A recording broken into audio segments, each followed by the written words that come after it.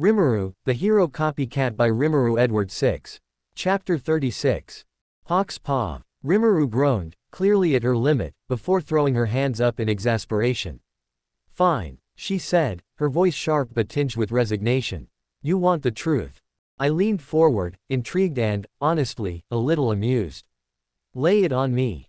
She crossed her arms, glaring at me, but the blush on her cheeks betrayed the frustration she was trying to project. I've idolized you since I was 6, okay?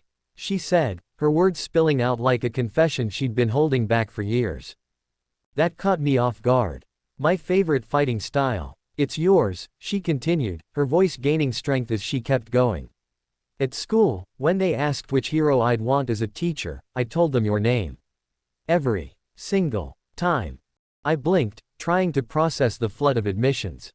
You're the coolest, funniest, and friendliest hero I know, she went on, her golden eyes glaring at me, daring me to make fun of her. And you're always there when I need a hero. That's the truth. The room fell silent for a moment, her words hanging in the air. I stared at her, completely taken aback. Rimuru, I said slowly, a grin starting to spread across my face, I had no idea you thought so highly of me. She groaned, burying her face in her hands again. I knew this was a bad idea. Your ego's going to be insufferable after this. I laughed, shaking my head.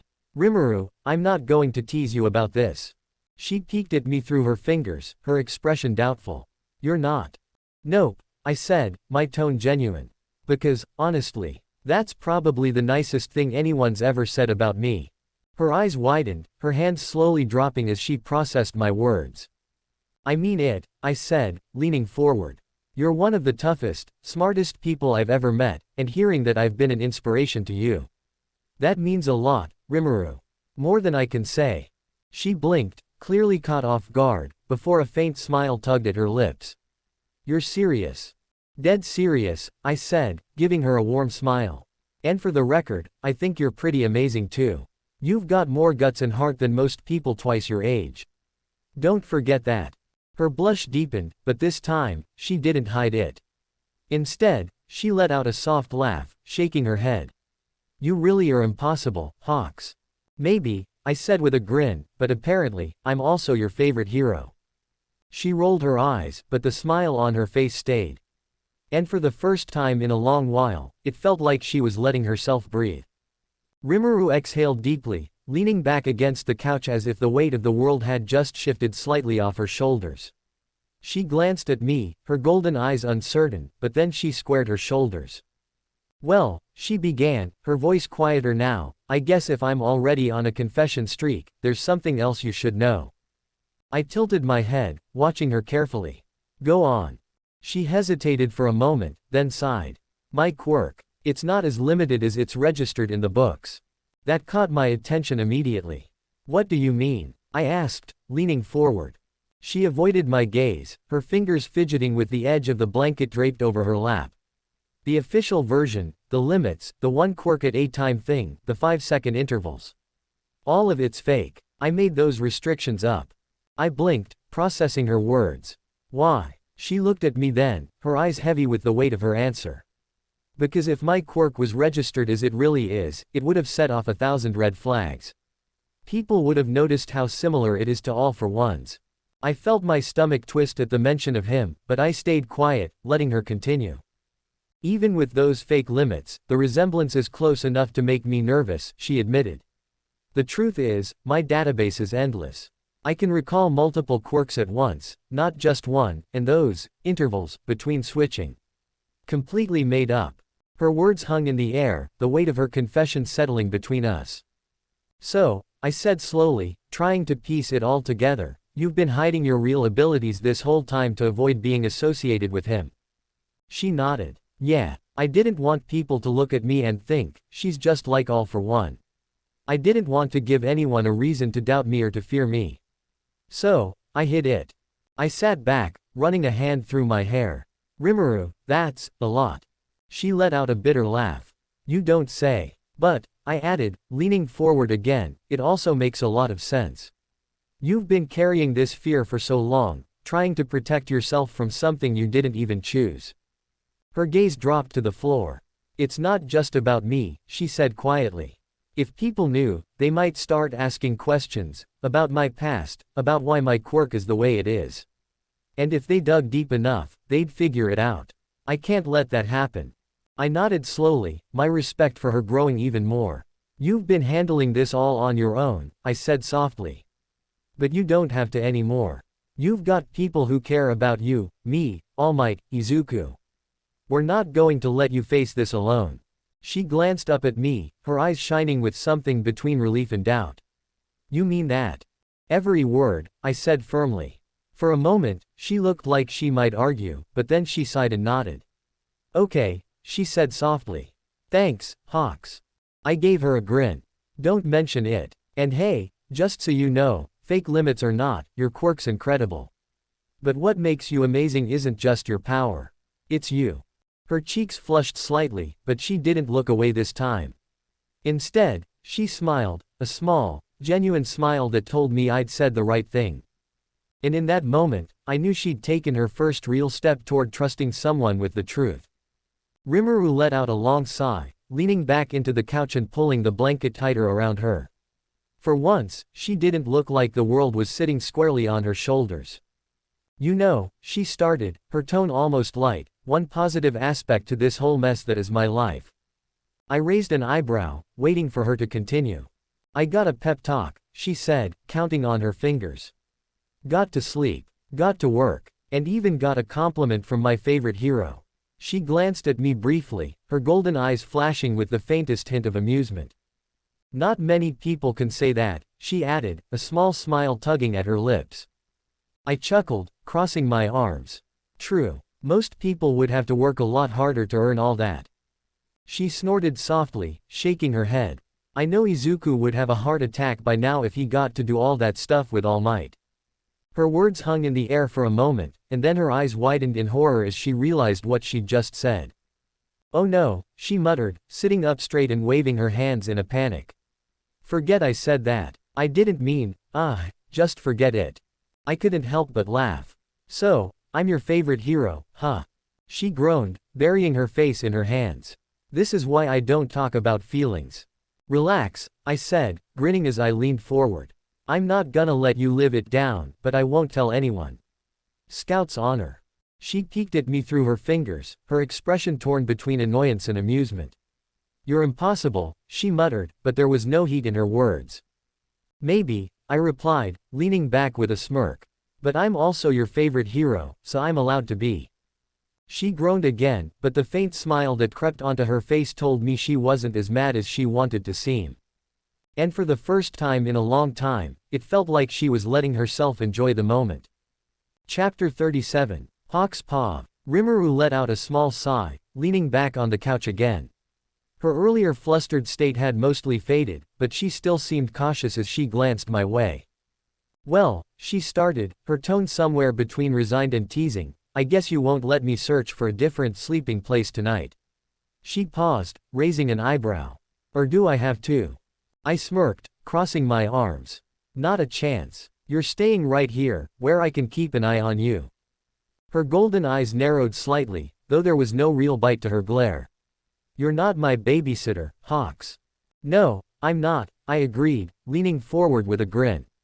But you did just confess to idolizing me, so I'd say that puts me in charge for the night. She groaned, covering her face with her hands. Why'd I even talk to you? Because I'm awesome, I said without missing a beat. Her groan turned into a quiet laugh, and when she lowered her hands, there was a faint smile tugging at her lips. Fine, she muttered, rolling her eyes. But only because I'm too tired to argue. Good, I said, standing up and grabbing an extra pillow from a nearby chair. I tossed it onto the couch beside her. Get comfortable. You're not going anywhere tonight.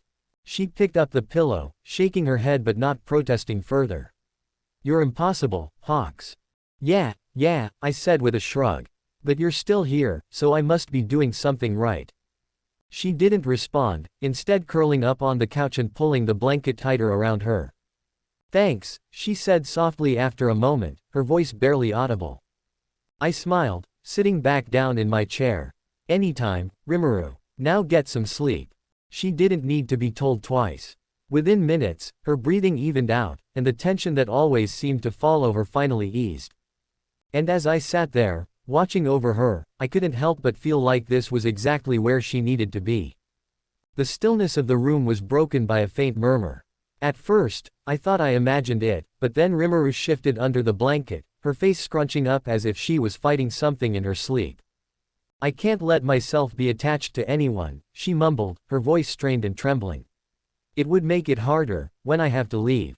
I stiffened, her words hitting me like a punch to the gut. She shifted again, clutching the blanket tightly as she continued, her voice quieter but filled with pain. "No, I don't want to sleep in a tree or bush again." The words hung heavy in the air, and I felt a wave of anger and sorrow wash over me. What kind of life had she been living before? Sleeping in trees, bushes, and even now, in the safety of my place, she was so consumed by the fear of losing connections that it haunted her dreams. I stood and walked over to her, crouching beside the couch. "Rimuru," I said softly, placing a hand on her shoulder. "Hey, it's okay. You're safe here." She flinched slightly, her golden eyes snapping open, wide and unfocused for a moment. Then she blinked, recognition settling in as her breathing slowed. "Hawks," she muttered, her voice thick with exhaustion. "You were having a nightmare," I said gently, keeping my hand on her shoulder. "Wanna talk about it?" She shook her head, looking away as she clutched the blanket tighter. "It's nothing. Just old stuff." "Old stuff doesn't just go away," I said, my tone soft but firm. "It sticks with you until you deal with it. You don't have to tell me everything, but I'm here if you want to talk." For a moment, she didn't say anything, her gaze fixed on the edge of the couch. Then she sighed, her shoulders slumping. "I used to move around a lot," she admitted quietly. "I didn't always have a place to stay, so I made do."